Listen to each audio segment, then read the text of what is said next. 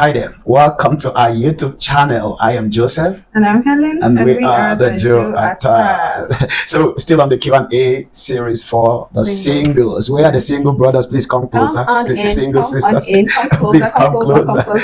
All right. So it's been an amazing experience going through some of these questions that single brothers and sisters who have watched our videos sent to us, asking and making some inquiries concerning their relationships. Yeah. And we do believe that as we make videos on these questions, it will also answer a burning question in your heart. Absolutely. And give you an answer and probably a direction to help in your relationship. Absolutely. So please, if you haven't subscribed to this channel, please do well to subscribe and turn on the notification bell so that you get prompts whenever we post a new video. Yeah. And please do well to share this video with your friends and sisters and brothers and let them get help too. Yeah. All right, so what is the question? All right, so today's question, this person is asking, I am in a relationship with this guy. He wants it to be serious.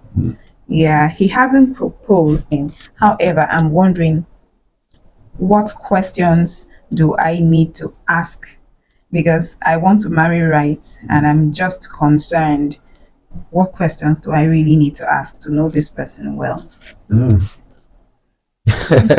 Okay. This is like a full syllabus question. This is a whole manual. like a whole. Okay, so the question is all encompassing. Yeah. And it's almost like a whole marriage counseling training session. Okay, well, I believe that we can have pointers. Yeah, we'll just give a point and give some few points as a guide. Actually, most times when people are in courtship and then they are far apart, even if they are together, people can even be together, but they are not together. Yeah. People can be quite distant, even though they are physically in one location. Absolutely. Meanwhile, some people can be so close, even though they are geographically far apart. Absolutely. Yeah. So it has nothing to do with physical location. It has to do with the synergy that you have been able to, the connection that you both have. And one of the ways to do is through communication. Yeah. All right. So, relationship, especially during courtship, a serious relationship that will lead to marriage is a very serious adventure. Yeah. Yes, that must be given a serious approach. Yeah. So one of the most, I won't say most important because all the questions are important. The first question to ask him is to know about his background. You need to know his parent. You need to know his background. You need to know the things, the belief system of his family, because the reason why that is important is, the marriage institution suffers a lot of confrontation and battles, and you must define your own battle from the beginning. You need to know what are you in for. You need to know what you're in for so that it will help with the kind of preparation, that you can put in place. Then the next thing that you need to ask him is, what are his expectations from his ideal wife? The man is going to be able to communicate to you his expectations, and then that will also, of course, when he's talking, you pay attention because there may be some things that may be a red flag for you. Yeah. Probably he wants a wife who will, be a full-time housewife. He wants a wife who will never work, get a job except maybe from home. He wants a wife who will just be at home with the children without keeping friends. Those emphases will also give you, they will give you an understanding of the kind of person. Maybe he's highly possessive or something like that, and then it will help your decision. And finally, before she will come in, the next question you will need to ask is that how does he expect the wife to contribute when it comes to finance? Okay. Yeah. What does he expect from the woman when it comes to finance? This is very important because the question of finance in the family, if it's not properly addressed, may pose a serious threat to that relationship. So when you're asking that question, his response will also give you, there are men that will say, whatever my wife earns, I don't care, and let her make her money. If she can support in any way, that is entirely her decision. But there are men that will say, we'll do 50-50. We are married, the Bible says they will quote Bible, the Bible says two have become one, they have greater reward for their labor. So whatever I'm earning, whatever you're earning, we're going to bring 50-50. That is how we run the family. Yeah. So your 50% is when you take care of yourself, my 50% is when I take care of myself. So, and then there's another man that will say, I am the man of the house. Whatever you own also belongs to me. As you collect your salary, you pour it you submit it. That is submission. The Bible says submit to your husband in all things. Okay. So you understand that. So you say you will submit it, and the one that will not give you from there, because I'm supposed to take care of you. Whatever you need now, you ask you demand from me. So all of these will now give you an understanding of who the man is, or what his expectations are. It will help you to properly make an informed choice. Yeah, that's very like very very apt actually.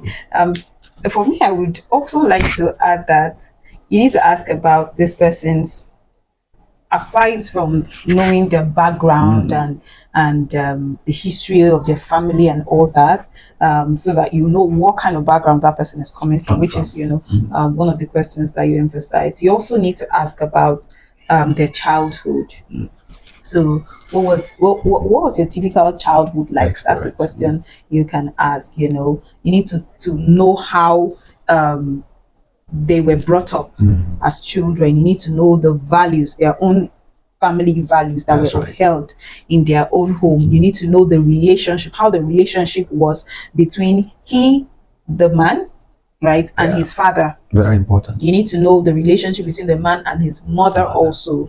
You need to know if asking all these questions will help you know if this person is likely to have any childhood trauma. Yes. Because 99.9% of adults experience childhood trauma. There are things that just weren't right about your childhood that didn't look absolutely wrong then, but has tend to affect the way that person is right now. That's right. So, because there's something called an inner child. All of us adults, we still have that inner child. That voice that keeps telling you and reminding you. So you need to know that person's inner child, and how you know is to know what happened in their childhood. Yes, so absolutely important. Ask a lot of questions to get to know that person's childhood. The next thing that I feel is really important to talk about is or to ask is to ask about their past. Now, this is not necessarily their childhood, but things like past relationships and everything that happened maybe in their past adult life before you met them. It's important to know if they were ever in a relationship with someone else before you, who was that person, what happened in the relationship, why they're not together anymore, where is that person now, is the person married? It's absolutely, it might look like it's the past, but let bygones be bygones. The past can always haunt you. The past, if they're not properly managed, the past always, most times, comes to play out in the present or even in the future. So it's important to know about that person's past, to know any relationships they've had. It's also important to know about any habits that they may have built over the years. And this could be, just random habits, or they could even be immoral habits like masturbation and and all of that. It could also be habits like smoking, if they've lived that kind of life.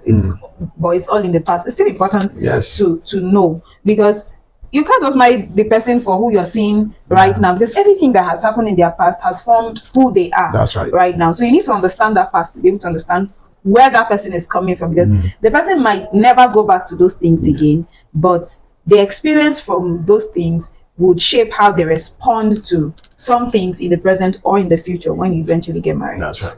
So absolutely, for me, absolutely important to ask that. And there are also further questions that you need to ask, because in our case, we were far apart. For 2 years. We courted for 2 years, and we were not in the same city, right? So we would not see ourselves for months, but we're talking every single day.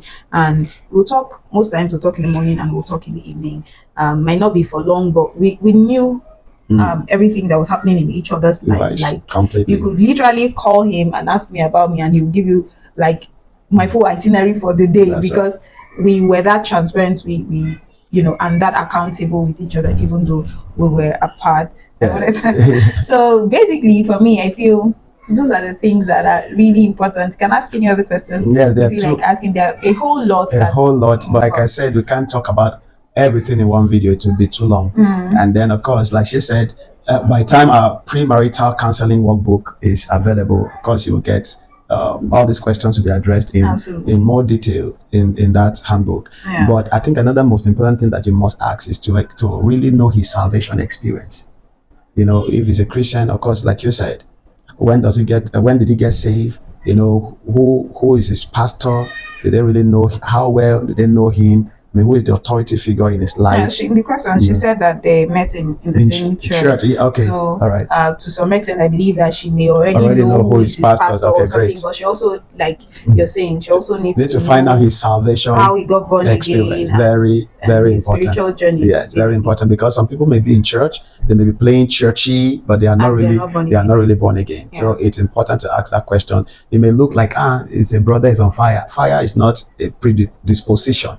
It's not the size, the shape of the face, or the posture of prayer. Yeah. It is a hard thing, and of course, the Bible has given us the blueprint on how we know if someone is saved or not. You cannot be saved and not know. Yeah. All right. So please. Yeah, and I think that you should also ask more general questions like, what's your idea about marriage? Because I think that people have this very faulty idea about marriage. So you need to ask general questions like that. So if he wants to marry you, if you're perceiving that the relationship is going to lead to marriage, then you can ask something. What's your idea about marriage? That's right. The kind of wife you want to marry, and what's your expectation of her? So just generally things like that too would really help you know this person. Yeah. All right, so I believe that, like we said, we cannot give you a holistic answer on this. It will be a whole book. Yeah. So, but I believe that so far you already got the basis. Yeah. If you ask this question, I bet you're already on the journey to discovering some amazing facts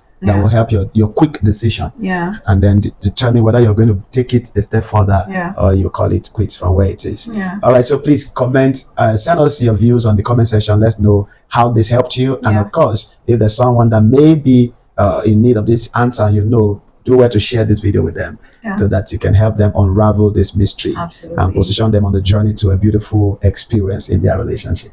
Yeah. All right. See you in our next video. Bye. Bye.